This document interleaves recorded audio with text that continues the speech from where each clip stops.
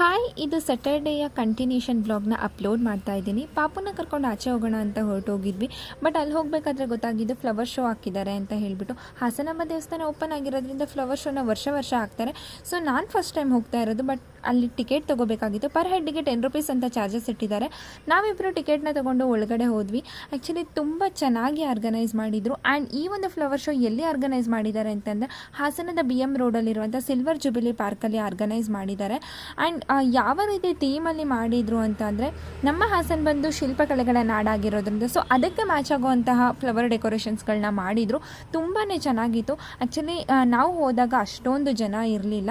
ಯಾಕಂದರೆ ನಾವು ಸ್ಟಾರ್ಟಿಂಗ್ ದಿನವೇ ಹೋಗಿದ್ದರಿಂದ ಜಾಸ್ತಿ ಜನ ಇರಲಿಲ್ಲ. ತುಂಬ ಆರಾಮಾಗಿ ನೋಡ್ಕೊಂಡು ಬಂದ್ವಿ.